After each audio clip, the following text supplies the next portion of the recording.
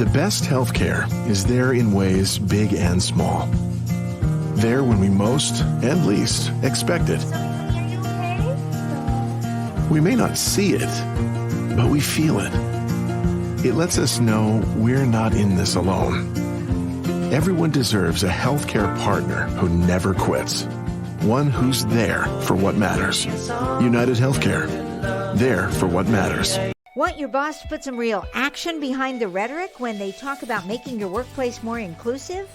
Find out how to hold their feet to the fire and demand diversity on the Diversity Dude podcast. Hello there, and welcome back to the Diversity Dude podcast. I'm your host, Lambert Fisher, marriage and family therapist, award-winning author, and national speaker on the topic of multicultural awareness and diversity.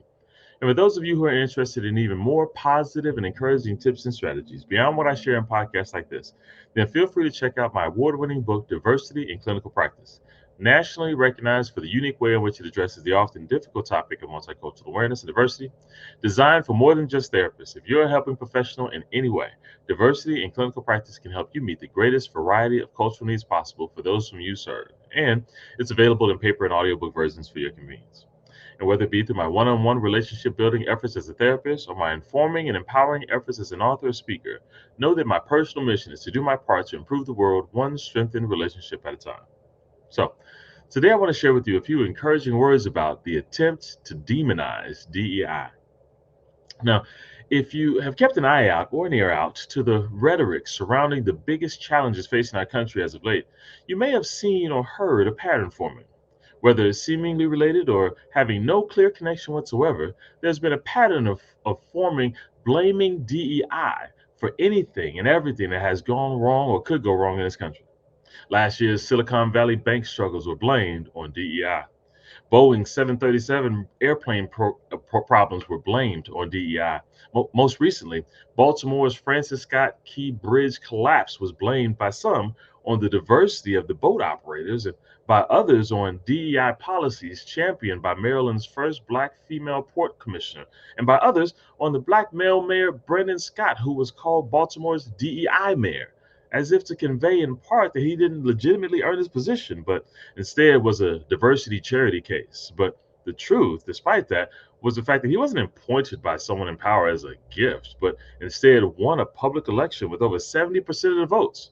You see, these are just a few of the most public examples of what is occurring in smaller ways, yet nonetheless significantly impactful scale across the country. Diversity, equity, and inclusion efforts, often DEI for short, are being demonized, made out to be the bad guy, the source or cause of all that's wrong in America, with the implication being that if we just do away with that problematic DEI stuff, things will be much better. So what does this have to do with you? Well, in one way or another, no matter what your cultural identity or background is, you might find yourself in a personal or professional environment in which DEI may become a topic of discussion at the least, or a topic of decision-making at most, with results that impact the support you receive or someone else around you experiences. And in anticipation of you finding yourself in such a situation, I'd like to offer a few things to consider to help you have the healthiest conversation possible and consequently make the best decisions possible for you and those around you. Consideration number one, DEI is considered scary because it's inconvenience. Now, on one hand, it's no secret that there are many people out there who make no efforts to hide their disdain for anyone who is different from them, and thus they make every effort to hinder DEI efforts out of the belief that people from different cultures are simply not worth the same rights, benefits, and privileges that they have. However, on the other hand, there are also many people who will boldly proclaim that that's not how they feel, that they value everyone and feel that everyone should have the same rights and privileges. And yet, when they hear about DEI efforts, initiatives, programs, or trainings near them, a certain level of discomfort still sets in. And while there are many reasons why this may be the case, I find that it's often due to the reality that at the core of diversity, equity, and inclusion efforts is an implication that the way things are now does not sufficiently consider, welcome, or make room for the valuing of diverse cultural experiences, identities, and perspectives, and that efforts and initiatives need to exist to bring about correct change of this discrepancy. If this is indeed the case, then the mere reality of the need for change from the way things currently are can often rub people the wrong way. Sometimes the problem with DEI influenced change is the belief that unnecessary DEI stirs up pots, making things complicated when they were perfectly fine the way things were. The problem with the mindset that DEI unnecessarily complicates things is that while I am a fan of the principle in general that if it ain't broke, don't fix it, one of the clearest messages of DEI is that while it may not be broken when it comes to meeting your needs, it is very much broken when it comes to meeting the needs of many others. The question then becomes, do you care about the needs of others or just your own? And do you care enough to be inconvenienced in some ways by change? Change enough to help meet the legitimate unmet needs of others. Not as a charity case for those beneath you, but as a reasonable consideration for the well being of others who have the same worth and value as you, but not the same societal privileges that reflect such. Consideration number two, misrepresenting DEI is the best way to demonize DEI. I'm reminded of that old middle school experience of witnessing classmates on the verge of losing an argument, only to turn the tables by mocking their opponent's factual, real truths with a derisive voice and a screwed up face, declaring in front of a crowd of friends, oh, you think that just because you get better grades and have actual plans to go to college that you're better than me. You're such a nerd. Their opponent can try to make clear that they never claimed to be better and that if being a nerd is a reflection of their hard work and good GPA, then sure, call them a nerd, but none of that logic matters. The loudest argument often prevails, and somehow word gets around that this student thinks they're better than everyone else, and their academic achievements then get vilified, and their personality gets tarnished because it never really was true, but it was vilified and misrepresented. Similarly, efforts to demonize DEI unfortunately don't always need to argue facts and research, proving how many ways there are for diversity to make things worse. That doesn't make sense. They only need to find something that went wrong that doesn't yet have any yet clear cause and plant derisive seeds of belief that, well, DEI must be the cause. And because of the unconscious biases against that which are different or inconvenient or scary, it's often believed until unproven true. And since there is no national DEI committee defending or promoting an unvilified or unified counter argument, the loudest mocking voice often prevails. Until a unified voice reveals itself in this regard, an abundance of everyday voices like yours are the best chance there is to resist the temptation of believing the derisive, mocking, misrepresenting voices, distracting people from the truth of the value DEI efforts overall provide. And instead of letting people take something that has the potential to do so much good and associate it with negative things so that people often hate it by association, let's utilize one conversation at a time to associate DEI with positive research, positive business and practical outcomes, and healthier cross-cultural interactions, and so much more. Which brings me to consideration number three. No matter what form it takes, DEI is not going away. What do I mean? Well, DEI is more than just the letters in the acronym. DEI stands for diversity, equity, and inclusion. And even if the efforts to ban DEI titled programs and initiatives are temporarily successful, they won't actually eliminate the existence of diversity in every aspect of our daily lives. Try as they might, but as long as there are differences in races, ethnicities, genders, ages, faith beliefs, political values, socioeconomic statuses, educational achievements, and more, there will not only be biases against that which are at the very least unfamiliar, and unfortunately, many thus then believed to be a threat, but also there will remain efforts to ensure that diversity in various forms remain valued rather than demonized in favor of sameness. You see, equity will continue to be championed to ensure that everyone receives fair treatment and access to similar resources in some form or another. Inclusion will continue to be sought so that differences aren't merely tolerated but welcomed, valued, and appreciated. Now, before I end, let me make clear I have to express this reality check. It is possible, even likely, for all the reasons I just shared, that efforts to misrepresent and even DEI efforts may be temporarily successful. DEI practices may get banned. DEI programs may get canceled. DEI roles and positions may get downsized. But similar to the efforts against political correctness or wokeness, even if efforts against DEI seem to succeed temporarily, it will only be the letters or the titles of the programs that must change. The people whose needs those programs met are not going anywhere, and their needs still matter. So, if you're fighting against DEI efforts, know that the real fight is about the people behind the policies and procedures. And any win may be short lived because the continual need will generate creative ways to meet them. And if you're fighting for DEI, diversity, equity, inclusion efforts, be open to adapt and change. And remember that the fight isn't for the letters in the acronym or the program titles. Instead, the fight is for ongoing and sustainable efforts to make sure everyone feels heard, seen, and valued and supported, no matter their cultural similarities or differences. If program titles get banned, change the titles and keep meeting needs. If DEI roles and positions get downsized, find a position in that organization that allows you to be the kind of leader that makes everyone feel equally valued and included, because that's what good leaders do. And if DEI language remains useful, then use it to create safe environments for positive change when needed.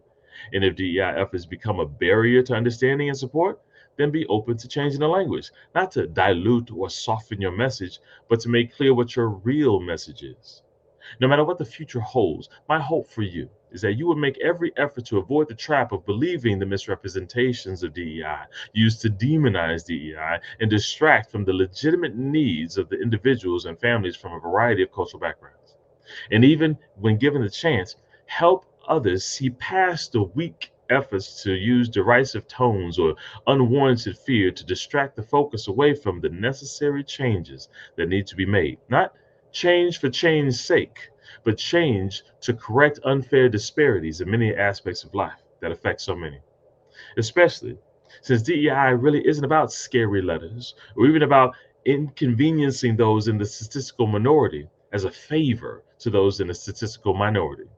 Instead, it's about ensuring that everyone is heard, seen, and valued, no matter the similarities or differences. And since at any given time, we can all find ourselves to be in one of those situations where we feel left out, we should contribute to a world in which no one is unfairly left out moving forward, no matter what the case may be. And with that, I'll say thanks again for listening to today's Diversity Do podcast. If you have any pressing diversity-related questions that you'd like me to address on an upcoming podcast, or if your organization is in need of a shame-free or empowering guest speaker or training on this often sensitive topic, then feel free to reach out to me directly at www.diversitymadesimple.com. And if you know of anyone else who can benefit from a positive and encouraging perspective on this often difficult topic of diversity, feel free to send them a link to this podcast so they can be encouraged as well. Or share with them my award-winning book, Diversity in Clinical Practice, available at Amazon.com. And as usual, I look forward to addressing as many topics as possible in future podcasts to help you improve as many relationships as possible at work, at home, and in your community. And as always, remember this: you don't need to know everything about everyone in order to have a positive impact on someone. Thank you all for tuning in, and have a great day. Tune in each week and find out how to demand and implement diversity at your job. To hear more, check out previous Diversity Dude shows on ShalettaMakesMeLaugh.com. People say we're made up. Tall tales. Myths. Think what you want about us, but we can all be certain of this. Recycling is real, and it works. But what happens to your recycling once it leaves your home? Recycled glass is sorted in St. Paul. Then the clear glass is made into bottles for drinks, pickles, salad dressing, and more in Shakopee. At other facilities, plastic bottles get made into new plastic bottles. Recycling exists. Learn the real story behind recycling. If you live in an older home, it may contain lead-based paint on walls, woodwork, and windows. Even more bad news, lead exposure can be dangerous to young children and impact their brain development. And now, the good news. Hennepin County will fix lead hazards in your home at no cost to you. We were worried because of the paint in the windows in the bedroom. They were peeling and chipping, and we know that when paint peels and chips and it looks a certain way, that's possibly lead. We were worried for our children more so than anything. Eligible homes can qualify for up to $15,000 in upgrades. You may even qualify for new energy-efficient windows. Don't worry, Hennepin County has a trusted list of pre-approved contractors. You won't even have to find companies with correct licenses or certifications. I've just done a test and it's positive. So we know that this is lead-based paint, and then we know it's a hazard because it's creating dust every time this window moves and opens. And if you look in here, that's just full of lead paint chips. You won't have to stay with your cousin while you're getting the lead out. Hennepin County even pays for you and your family to stay in a hotel while the work is underway. The last good news is how easy it is to apply. Just go to hennepin.us/lead control to get started. I'm really happy with the program. We can go to bed knowing that our children are safe. That's hennepin.us/lead control. Tell your friends about it. It's not just another day in your life. Things are changing for the better. At Comcast, we see those changes, and we're thinking about how we use technology today to live, work, learn, and play. And we're building for the future now, so we're better prepared for the wants and needs of tomorrow. That's why Comcast is rolling out multi-gig internet speeds to more than 50 million homes and businesses before the end of 2025, making our already industry-leading network even faster, smarter, greener, and more reliable.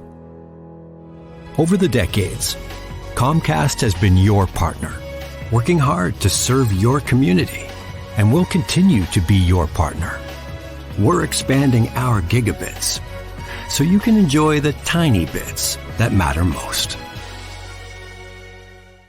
You know Shaletta makes you laugh, but did you know Shaletta Brundage can also make you think and boost your business? Media personality, activist, and comedian Shaletta Brundage founded Shaletta Makes Me Laugh to celebrate and share the best of Black culture. It's a podcasting platform. You can download 10 weekly podcasts hosted by African-American subject experts at ShalettaMakesMeLaugh.com or wherever you find your favorite podcasts. ShalettaMakesMeLaugh.com is also a production house, creating broadcast-quality commercial content. And Shaletta and her team of storytellers create powerful promotional campaigns to get businesses the brand awareness they're looking for. Some of Minnesota's top businesses trust Shaletta, and you can too. Get out the word about your events and products and get in front of communities of color with ShalettaMakesMeLaugh.com. She's got the power to help your business. Are you a woman known as a good listener? Do you have skills in de-escalating situations? Are you what they call a people person? Then the Minneapolis Police Department would like to meet you. Now in a rebuilding phase, the Minneapolis Police Department is recruiting more women to wear the badge. The department offers career options for women with a high school diploma or GED. There are also opportunities for women with 2- and 4-year degrees who are ready to apply their skills in new ways. Police work makes a great second career for social workers, teachers, nurses. Women in their 30s and 40s are welcome to apply. There's no age cap. You'll be paid while you train and mentored by veteran women officers invested in your success. Minneapolis also welcomes current police officers to join the state's largest department. Make a difference on the streets, working in your community, in a career with competitive salaries and generous benefits. Go to minneapolismn.gov and search police jobs to find out more. Many people who test positive for COVID-19 manage their symptoms, downtime, and isolation with ease. But COVID-19 presented a risk of severe illness for others in our community. Ages are risk factors in babies under 6 months and in folks 65 and older. Contracted COVID-19 creates the risk of getting very sick for people who are immune compromised, disabled, or those who have been diagnosed with underlying medical conditions that include diabetes, cancer, chronic kidney, liver, or lung, or even heart conditions. This risk is high for those who are obese or overweight. Being pregnant or just having delivered a new baby is also considered a risk factor for severe illness. If you are at high risk for severe disease, avoid crowded places and consider wearing a mask in public. If you have any symptoms, take a self-test right away, and if it's positive, contact your healthcare provider even if the symptoms are mild. And of course, be sure to stay up to date with COVID-19 vaccines. That's especially important for people living with risk factors. Are you getting older and feeling concerned about staying safely in your own home? Or maybe it's your folks you're worried about. I get it. It's not easy getting older, especially when the house is starting to show its age too. There is help available. Individuals want to maintain and stay in their own homes for as long as they can. In Rebuilding Together Minnesota, we provide the opportunity, we provide the programs for them to do that. Rebuilding Together Minnesota has been helping eligible older Minnesotans and those with disabilities stay safe and healthy for more than 20 years. Our central AC unit was non-functional. We had plugged a portable unit in to the living room. What ended up happening was our electrical outlet melted, and it was getting to be 90 degrees in here. Meyer was told about Rebuilding Together Minnesota by his daughter. She said, well, Daddy, you need to sign up. I said, do I qualify? She said, well, you're a disabled veteran. You qualify. So we provided a new air conditioning unit for the homeowner and also new electrical service, all through this veterans program that we have. Thanks to Tom and Rebuilding Together Minnesota, we're able to maybe go out and get a hamburger every now and then. To find out if you qualify, go to rtmn.org. That's RTMN for Rebuilding Together Minnesota. Or if it's easier, call 651-776-4273 and tell your friends. Trust me, this is news they can use.